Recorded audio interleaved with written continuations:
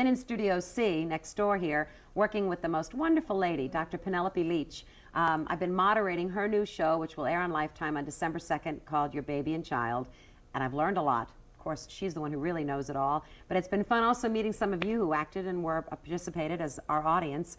So it was great fun, but that's over and I'm back and I'm thrilled. I missed the crew and the staff, and I also missed all of you.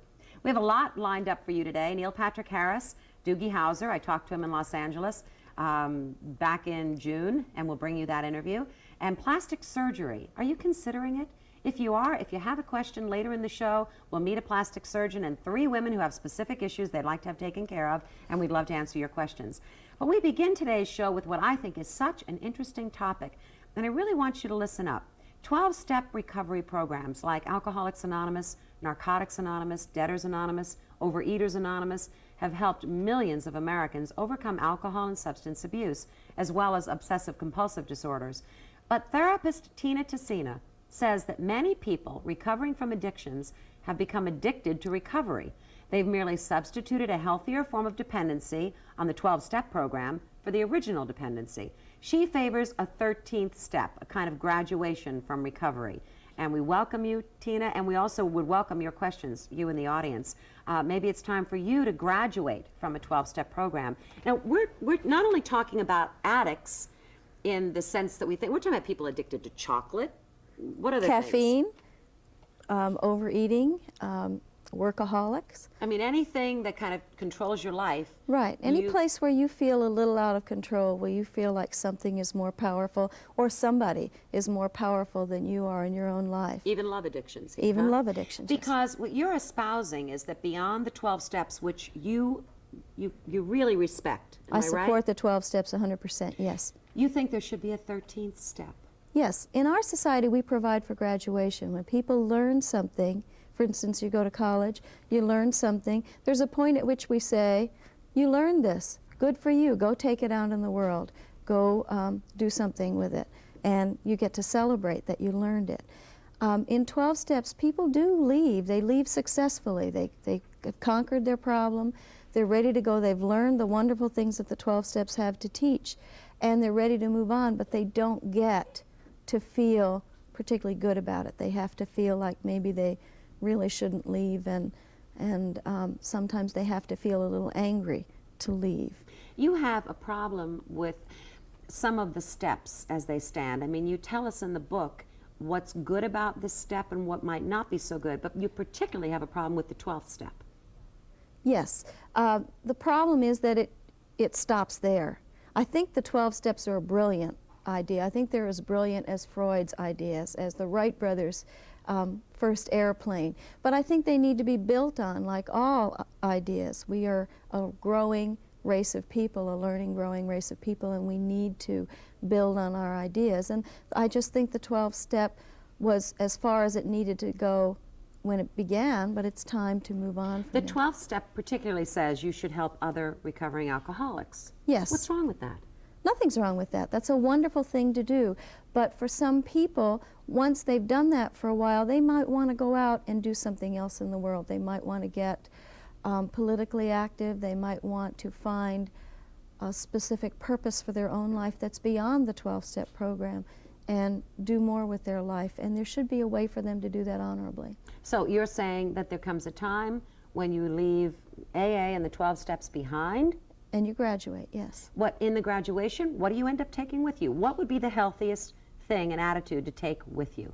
An attitude of responsibility for yourself, an attitude of partnership with life, partnership with your higher power instead of dependence on it, partnership with other people around you instead of dependence on them, partnership with what you've learned from the program instead of dependence on it. Where does intimacy and an ability to act in an intimate way fit into this?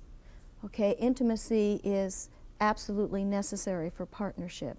We have to, first of all, be intimate with ourselves and be totally honest and understand ourselves completely, which the 12 steps make a great beginning at, but I don't think they complete that process. And we need that intimacy with ourselves in order to be able to evaluate situations right on the spot as they come up, in order to be able to handle our emotional reactions to things without letting it take us over. and stop us from thinking about what we need to do. And turning it all over to a higher power and feeling powerless over your feelings, you say is not enough? It can be misinterpreted. I think that there's nothing I say that's incompatible with what the 12-step programs say.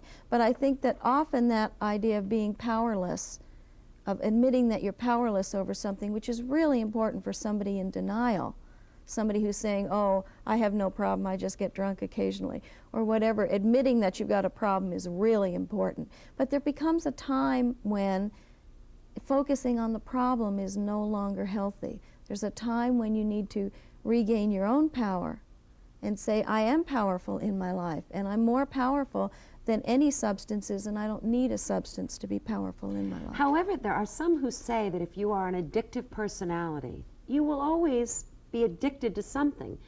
Are you saying it's wrong to be addicted to AA and its principles? As long as you're staying alive by not drinking or not drugging? Okay. Or I'm not saying it's wrong. It's a definite improvement over having alcohol or workaholism or any of the other things control your life. But I think that the vast majority of people can go beyond that. Let's take a call and see what our viewers have to say. Good morning, you're on Good Day. I'm glad you called. Good morning. Eileen? Yeah, go right ahead. Hi. Yeah, I don't see anything wrong. I agree with that comment that you just made. I don't see anything wrong with the being addicted to that recovery because we stay addicted. It's like a maintenance program. If you're on a diet and there's maintenance, you know, afterwards. You have to always watch it. There's nothing wrong with that. It's a good addiction. I've been through a program myself, and I think it's wonderful. You make new friends. You start to sort of get a feel for what life is all about without the addiction, even though you're going to the meetings. Can I ask you, what's your addiction? Since this is anonymous, I feel all right asking you that. Well, my addiction was, 12-step program I went to was Al-Anon. Okay. And, that's not even an addiction of my own. It's an addiction to someone else, It's sort of how to deal with those people. Codependency, enabler, all of that. Right, yeah. All right, do you feel you're in control of your life, or does the group tell you how to control your life? Oh, no. That you take, they have a saying, you take what you want and leave the rest. You take from anything that is going to make you feel better or learn how to take control of your life. I agree with you. That you need. I agree with you that being in the program is a far better thing to do, and I think the program teaches wonderful things. I also know that many people get restless in the program. They start to feel like they've got that information and they don't need to hear it over and over again, and they want to do more with their lives and they want to move on. And those are the people that I'm providing help for. Those are the people I want to help. I don't want to put down any program in any way. I think recovery is a tremendous accomplishment in somebody's life, and I think there's a point at which you get to say, yes, I'm recovered. I can celebrate this, I can move on, I can do other things. So for some, you're saying calling yourself a recovering addict, whatever it is, the rest of your life, might not be productive? I think that's a temporary phase. Okay. You say you have a lot of issues here that you have to be able, criteria that you should meet before you're ready to move on. Right. And these, talk about these. You have this quiz. Talk about what's needed here. There are, I believe, 17 items on the quiz. Things like, have you accepted the fact that you had a problem? Have you done a program of daily meditation? Are you familiar with that? Have you told your story? If you come from an abusive background, have you done the therapy that's necessary to heal the damaging legacy of your past? Have you learned to say no to people? There are 17 criteria here. At the point at which you finish my book, you can answer yes to all 17 of the criteria.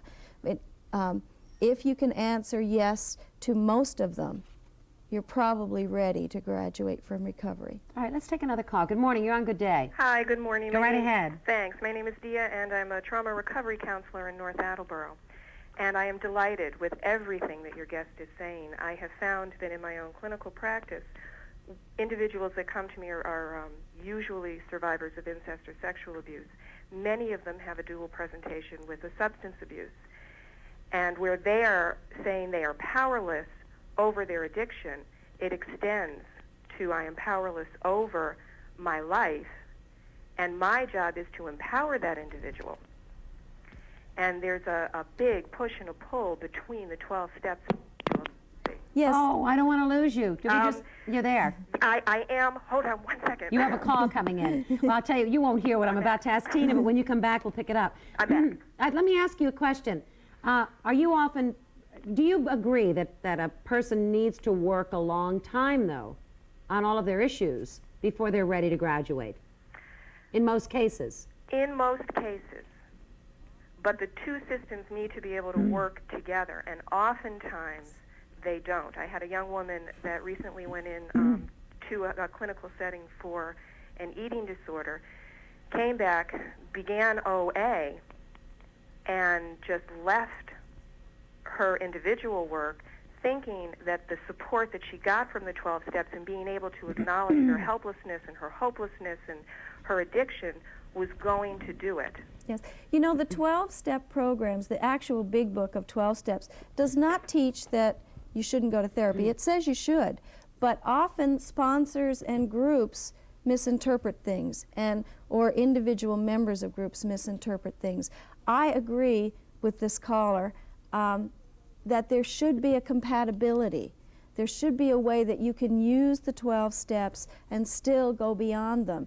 There's no need to have a competition there between therapy and 12 steps. There's no need to have a competition between growth and 12 steps. They should work together, but it's not a dirty word. Yeah. Work feels good to people when it's productive and it's going somewhere and you feel like you're accomplishing something.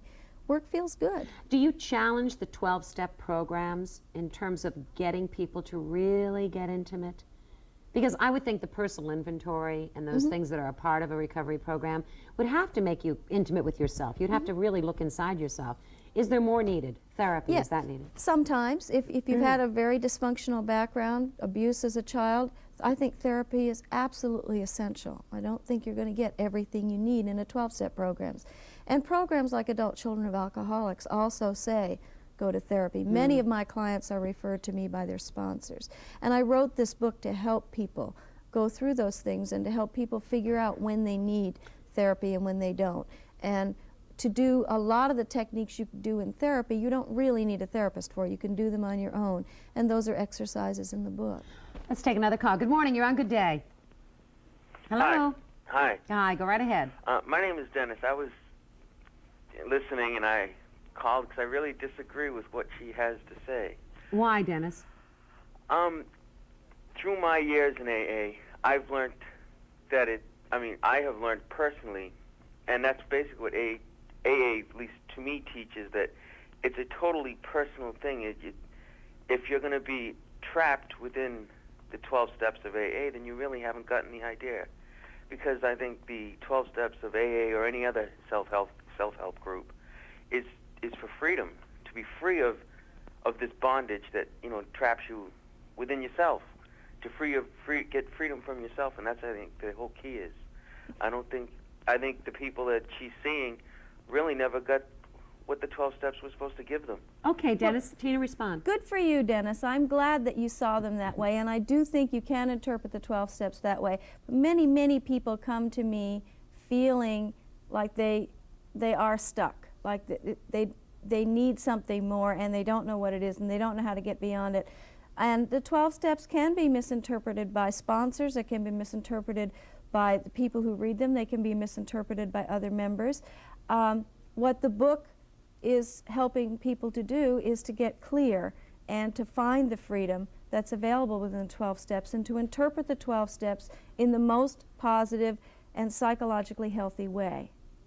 So it's not for everyone necessarily. It isn't for, is it for everyone, this Well, getting beyond? There are certainly things in the book. Autonomy, learning to be autonomous, learning autonomous thinking, learning healthy risk-taking, learning autonomous relationships is something that probably most anyone in our society could benefit